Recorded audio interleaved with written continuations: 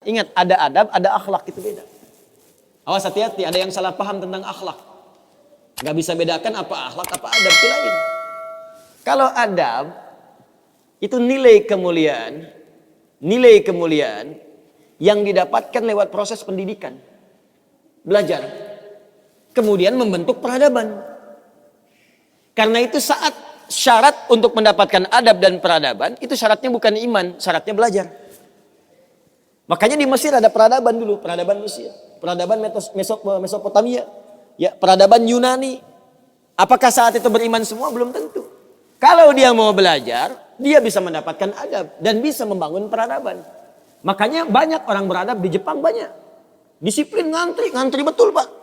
Jadi kalau benar-benar antum masuk ke tempat gak ngantri, ketahuan antum gak beradab. Bahkan untuk naik eskalator pun dibagi. Kanan untuk yang buru-buru, kiri untuk yang stay tinggal. Nggak bisa antum ngobrol kanan kiri itu. Di sebagian eskalator dipersempit cuma satu aja jaraknya, satu orang aja. Ya. Itu adab. Disiplin ada. Selandia Baru bagus-bagus, disiplin. Ya, jujur. Saya kemarin ke Jepang, di Tokyo. Itu mau lewat zebra cross, mau nyebrang. Terus saya lihat teman-teman, ada emas. Emas betulan, bukan Mas Yono, Mas Arif, emas betulan, anting gitu ya, anting, emas. Disimpan di satu tempat, di pinggir jalan. Ya, di dekat portal itu. Saya tanya ini kenapa nggak ada yang ngambil? Saya tahu sebetulnya, karena tiap tahun kita kunjungan ke sana, ke masjid kita di sana. Katanya, Masya Allah Ustaz, di sini, kalau ada barang apapun, ditemukan di jalan, tidak ada yang berani ngambil.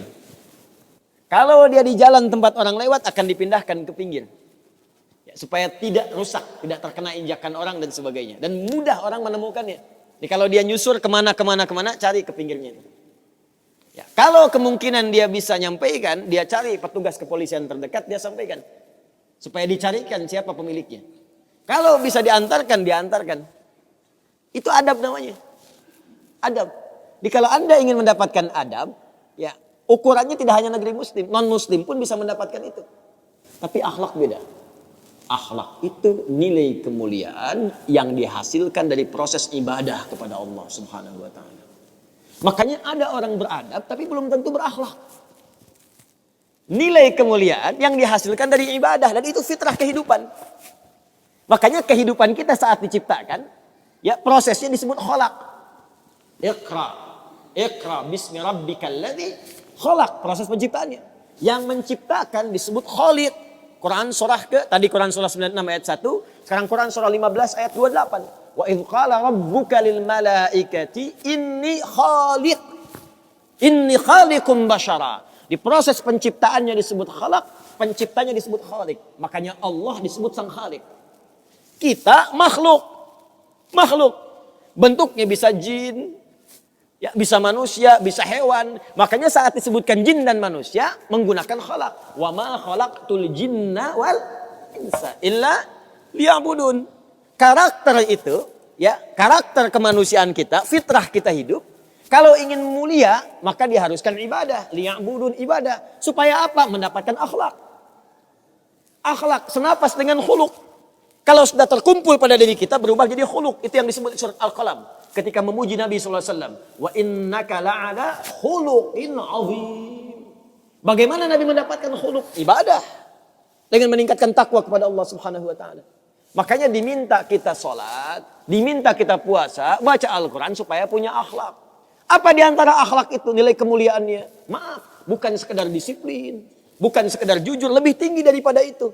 Bagaimana meninggalkan semua yang tidak baik. Khamar tidak baik, zina tidak baik. Hati-hati, zina nggak bagus.